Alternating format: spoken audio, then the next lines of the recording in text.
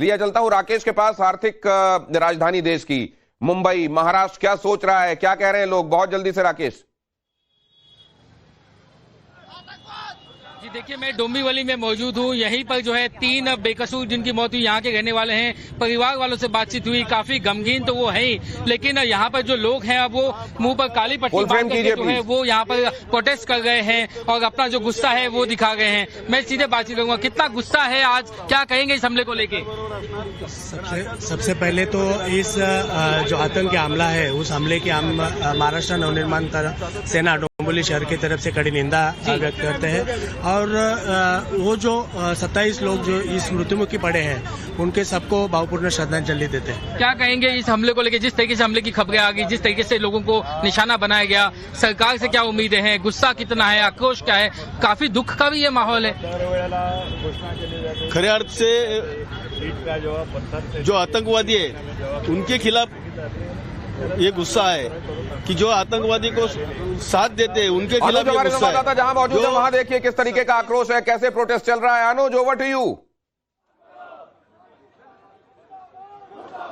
जी बिल्कुल, तस्वीरों के जरिए देखा जा सकता है कि किस तरीके से ये तस्वीरें जो हैं बीजेपी दफ्तर के बाहर की तस्वीरें हैं, जहां पर तमाम लोग यहां पर मौजूद है। गुस्सा साफ तौर पर देखा जा सकता है, किस तरीके से इनके हाथों में बाकायदा साफ तौर पर देखा जा सकता है कि किस तरीके से ये गुस्सा पाकिस्तान इज टेररिस्ट कंट्री, साफ तौर पर थोड़ी देर पहले ही पाकिस्तान का जो झंडा है उसे भी आग के हवाले किया गया और साफ तौर पर गुस्सा यहाँ पर देखा जा सकता है। आप लोग यहाँ पर प्रोटेस्ट कर रहे हैं, जाहिर तौर पर जिस तरीके से कायराना हरकत कल किया गया उसके बाद क्या कहना है? देखिए, भारत को अब चाहिए कि एक ठोस कदम उठाए और पाकिस्तान के ऊपर हमला करें और पाकिस्तान को एक सबक सिखाए, क्योंकि बार बार कश्मीरियों के ऊपर, कश्मीरियत के ऊपर ये एक बड़ा दबाव है। कश्मीर के लोगों को भी समझना चाहिए कि हमें एकजुट कर उठना है और इनको जवाब देना है, इनको जवाब देना है। यानी साफ तौर पर अनुज, मैं आपके पास लौटता हूं। यह आक्रोश, लोगों का गुस्सा पाकिस्तान के साथ बहुत हो गया और अब तो निर्णायक कुछ होना चाहिए। वाराणसी में हमारे संवाददाता आशुतोष मौजूद हैं, उनके पास चलते हैं। प्रधानमंत्री की कॉन्स्टिट्यूएंसी क्या कह रही है?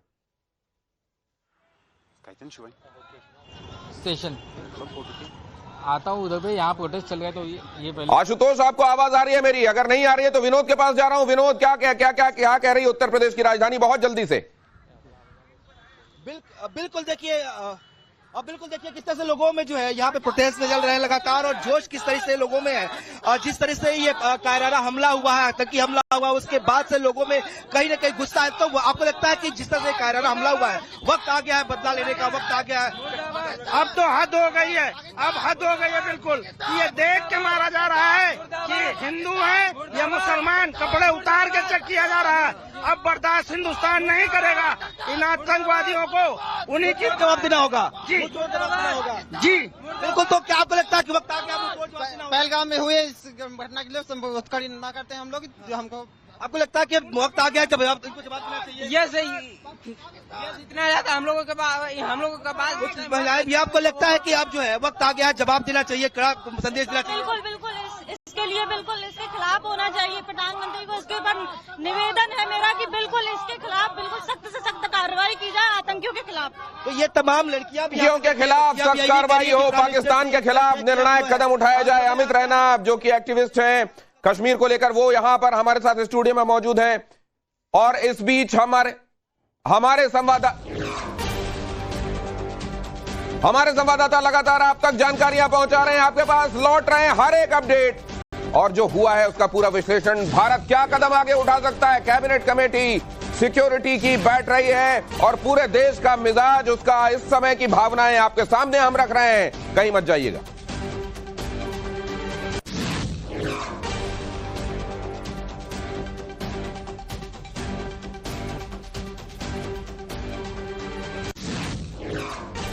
लेकिन इससे पहले हम आगे बढ़े, आपको दिखा रहे हैं ये तस्वीरें। देखिए, ये कल आतंकी घटना में शामिल आतंकवादियों के कुछ चेहरे, उनके स्केचेस आपके सामने आ रहे हैं। इन चेहरों को बहुत गौर से देखिए और आपके आसपास अगर इस तरह का कोई चेहरा दिखाई दे रहा है तो फौरन 100 डायल कीजिए, पुलिस को सूचित कीजिए।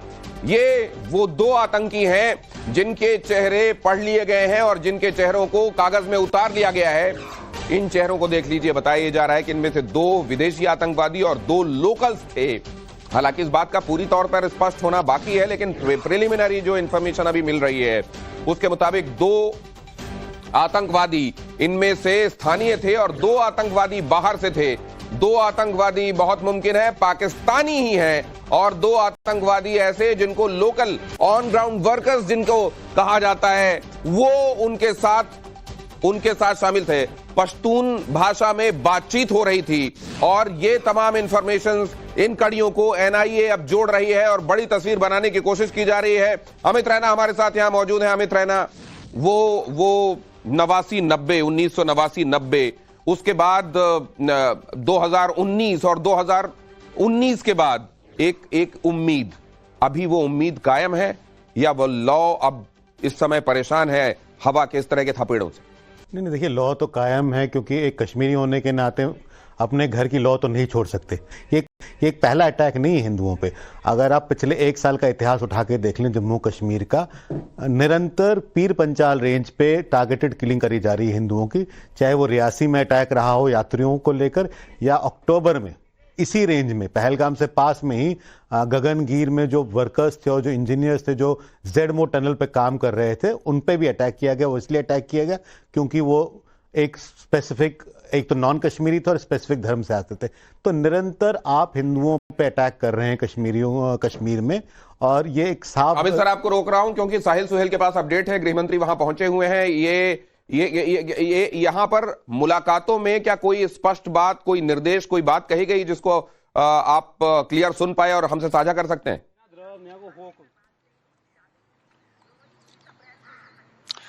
देखिए, क्या निर्देश दिए गए हैं गृह मंत्री अमित शाह की ओर से सुरक्षा बलों को, खासतौर पर जो सेना और जम्मू कश्मीर पुलिस के बड़े ऑफिसर वहां पे मौजूद है। अब ये कहना अभी मुश्किल है क्योंकि काफी दूरी पे से हम इस वक्त रिपोर्ट कर रहे हैं, लेकिन साफ बात यह है कि गृह मंत्री अमित शाह बैसरन वैली में पहुंच गए हैं। बड़े अधिकारियों के साथ उनकी लगातार बातचीत हो रही है, पूरी स्थिति को समझने की कोशिश कर रहे हैं और इस एरिया के बारे में भी उनको जानकारी दी जा रही है क्योंकि इससे पहले ही एनआईए की टीम पहुंच गई थी। वो भी एक डिटेल्ड स्टडी इस इलाके का कर रहे थे, इस बैसरन वैली का, और जो आसपास आप घने जंगल देख रहे हैं इनके बारे में भी गृह मंत्री अमित शाह को जो है जानकारी दी जा रही है। फिलहाल सूत्रों के हवाले से जो है वो खबर ये मिल रही है कि 3 लश्कर तैयबा के आतंकवादी इस हत्याकांड में शामिल हो सकते हैं, जिसमें आसिफ फौजी है, सुलेमान शाह है और अबू तलहा। ये 3 आतंकवादी तीनों के तीनों जो है विदेशी बताए जा रहे हैं और ये शामिल हो सकते हैं इस हत्याकांड में। तो जानकारियां लगातार आ रही हैं और गृह मंत्री अमित शाह जो है लगातार यहाँ पर जो बड़े अधिकारी हैं उनसे उनकी बातचीत हो रही है। और आप देखिए, हेलीकॉप्टर जो है वो स्टार्ट हो गया है, गृह मंत्री अमित शाह यहाँ से निकलने वाले हैं। तस्वीरें आप जो है हम आपको यहाँ से दिखा रहे हैं। लगातार यहाँ पर गृह मंत्री अमित शाह ने पहले जो है ऑफिसरों से बातचीत की। देखिए, हेलीकॉप्टर्स जो है वो भारतीय सेना के अब यहाँ से निकलने की जो है वो कोशिश हो रही है और तस्वीरें हम आपको दिखा रहे हैं। गृह मंत्री अमित शाह की बड़े अधिकारियों के साथ बातचीत हो गई, एनआईए के ऑफिशियल्स मौजूद थे, भारतीय सेना के मौजूद थे, इसके साथ साथ जम्मू कश्मीर पुलिस के जो बड़े ऑफिसर थे वो मौजूद थे। और अब जो है यहाँ से गृह मंत्री अमित शाह अब किसी भी समय निकल सकते हैं। हेलीकॉप्टर्स जो है वो स्टार्ट हो गए हैं और ये एक बहुत बड़ा संदेश है। गृह मंत्री अमित शाह सुरक्षा बलों के बीच यहाँ पे मौजूद है, ठीक उसी जगह पे मौजूद है जहां पर ये हत्याकांड हुआ था, जहां पर जो है ये किलिंग्स कल जो है दोपहर के बाद हुई है। अब देखिए, सारे अधिकारी वहां पे मौजूद थे। पूरी तरीके से गृह मंत्री अमित शाह को जानकारी दी गई है कि क्या स्थिति है, जो एंटी टेरर ऑपरेशन चलाया जा रहा है, आतंक विरोधी अभियान चलाया जा रहा है, उसको किस हद तक अंजाम दिया गया है। फिलहाल पूरी तरीके से जो ये जंगल है, आसपास के जंगल है, काफी पहाड़ी इलाका है, बर्फ भी पहाड़